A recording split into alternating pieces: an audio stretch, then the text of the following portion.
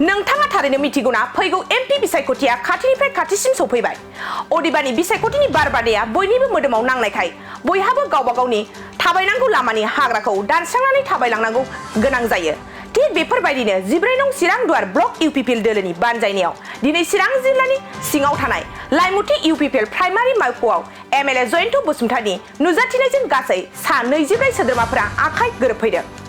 बे हाबाफारियाव एमएलए जयन्त बसुमतारिजों लोगोसे 14 नं चिरां दुवार ब्लक इउपिपिएलनि आफादगिरि बिरदाव मुसाहारि, जिल्ला इउपिपिएल दोलोनि बिबानगिरिफोर आरो इउपिपिएल प्राइमारिनि बिबानगिरिफ्राबो बाहागो लाफैनानै हाबाफारिखौ मेहेरगोनां खालामफैयो। खौरांगिरिनि सोंथियाव एमएलए जयन्त बसुमतारिया मा फोरमायखो आबुङै मिथिना लानि फै। बियो जोंनि सरकारनि आथिखालाव जिफोर बिथांखिफोर लादों प्रमद बर' दैदेननाय जोंनि इउपिपिएल सरकारनि गेजेरजों बे बिथांखि लानाया जोंनि साधारन रायजो राजाफोर बेजों लोगोसेयैनो जोंनि जायफ्रानोखि रांखावरियाव गोनां, जायफ्रा बिजनेसफोर मावनो हायो, जायफ्रा माखासे खामानिफोर मावनो हायो, बै थाखोनि मानसिफोरनि थाखायबो बिटिआर सरकारा दिनै हाबाफारि लागासिनो दङ। जेरैहाय अनसाय बिथांखि, गियान सोरां बिथांखि, बे जोंनि गाहाय थाखोनि जायफ्रा गोरिब गुन्द्रा न'खर बिनि थाखाय बे आसनिया आइ अनसाय बिथांखि दङ। जोंनि बिमा जानो ओंखारनाय गोरबोआव थानाय बिमाफोरनि मोनसे बे बिथांखि बियो। बिनिफ्राय माखासेया दङ जोंहा फिग मिशन, जेरावनोखि एसे बुरजा थाखा फैसानि इनभल्भमेन्ट फैयो। दा बेखौ थाखा फैसा गोनां मानसिफ्रा खामानि मावनो हायो आरो नङाब्ला बेखौ कअपारेटिभनि गेजेरजों बा सेल्फ हेल्पनि गेजेरजों मावनो हायो। बेखायनो बिटिआर सरकारा जोंनि ओनसोलाव थानाय गासैबो थाखोनि सुबुंफोरनि थाखाय जिथु हाबाफारि लादों, बिनि थाखायनो दिनै गुबुन गुबुन दोलोनि मददगिरिफोर, दैदेनगिरिफोर बिथांमोना दिनै इउपिपिएल दोलोआव हाबनानै बे सरकारजों लोगो जानो बिथांमोना आवगायबोदों। आरो बेबायदिनो दिनै लाइमुथि ओनसोलावबो दिनै सा 24 सुबुंफोरा बिथांमोना दिनैहाय आयना बाजारनिफ्राय बिथांमोना फैनानै इउपिपिएल दोलोआव बिथांमोना हाबफैबाय, इउपिपिएल दोलोजों थानानै खामानि मावनो आवगायबोबाय। बेनिखायनो आं बिथांमोनखौ इउपिपिएलनि न'खराव बरायनानै लादों। आरो जिहेतु दिनैहाय बिटिआर सरकारा सुपार 50 बानायदों जोंनि फरायसाफोरनि थाखाय, जेराव बिपिएफआ हाग्रामा महिलारिया गावनि बाथौ रिजर्टआव, बाथौ खेराइ रिजर्टआव जोंनि हायार सेकेन्डारि फरायनाय, डिग्री फरायनाय गथ'फोरखौ लांनानै जयनिं खालामहोदों, जौ जुवाजों गफबहोदों। नाथाय जोंनि सरकारा जोङो इउपिएससिआव फाथायहरदों जोंनि गोरों लाइमोनफोरखौ, एपिएससिआव फाथायहरदों जोंनि गोरों लाइमोनफोरखौ, जोंनि इन्जिनियार बानायनो जों नागिरदों, डक्टर बानायनो जों नागिरदों। दा बेबायदियाव समाजनि गासैबो थाखोनि जोंनि सानसुमैफोरखौ लानानै गोरों गोरा मानसिफ्रा दिनै इउपिपिएल दोलोनि मावनाय हाबाफारि बा बिनि जिफोर सान्थौ आरो सानस्रि बेखौ दिनै मोजां मोनदों। बेनिखायनो दिनै जेरावबो खना खनला जायगाफ्राव इउपिपिएल दोलोआव दिनै हाबनो थाखाय, जयनिं जानो थाखाय दिनै आवगायबोदों। बिनिनो दिनैहाय नैबे लाइमुथि ओनसोलनि आयना बाजारनिफ्राय दिनैहाय सा 24 सुबुङा दिनै जोंनि दोलोआव हाबफैबाय आरो हाजार हाजार बेबायदि जगाजग जाबाय थादों।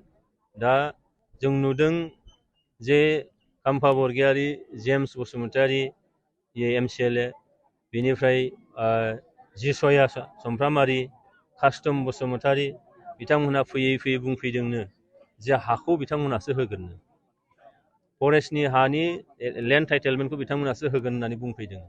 सरकारावनो गैया, बे बोरैहाय जानो हाथावथाव? दा बे बाथ्राफोरखौ दिनै रायजो राजाफ्रा जाम्बा जाम्बि नंलिया, बयबो दिनैहाय ससियेल मिडियानि जुग, बयबो मोनथिगौ जे बिथांमोना बेसेबां लेभेलसिम बेसे गोथौनि ना बेखौ बिथांमोना मोनथिगौ। हा होनो हागोन होननानै बुंदों। थांनाय समाव 15 बोसोर काम्फा बरगयारी बिथाङानो दिनै डिपुटि चिफ जानानै, फरेस्टनि EM जानानै बिगासे हा होलांनो हायाखै। दिनै सरकाराव गैयैयाव बोरै होगोन? बेनिखायनो जोंहा ट्रिपल इन्जिन थानाय सरकार बियो। सेन्ट्रेल गभर्नमेन्टआव दङ नरेन्द्र मदि दैदेननाय, बेयाव जोंहा सासे MP दं, मदद खालामदों। दिनै आसामाव डक्टर हिमन्त बिश्व शर्मानि दैदेननाय जि सरकार, बेयाव जोंहा उरखाव गोरा ब्रह्म बिथाङा दिनैहाय मन्थ्रि हिसाबै दङ। बिटिआरआव दिनै प्रमद बर' दैदेननाय सरकार जानानै दङ। बेनिखायनो मोनथाम इन्जिनजों दैदेनजानाय बे सरकारखौ दिनैहाय रायजो राजाफ्रा गनायनानै लादों।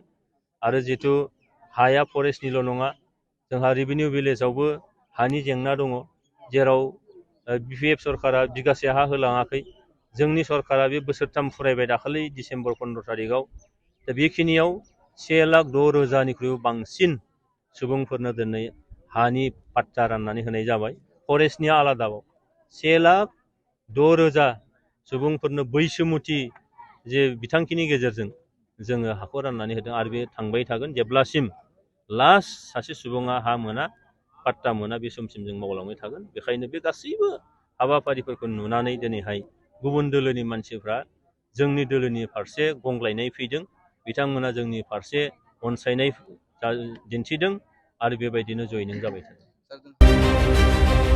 मोनसे गोजोनथाव खौरां क'क्राझार सहरनि जेडि र'डजों नांजाबनाय सुदेमपुरि गांजिमा बाजाराव थानाय आइ आफा मेडलाइफ BM हस्पिटालाव बेराम सोखानो हानायनि गोबां खाबु दं।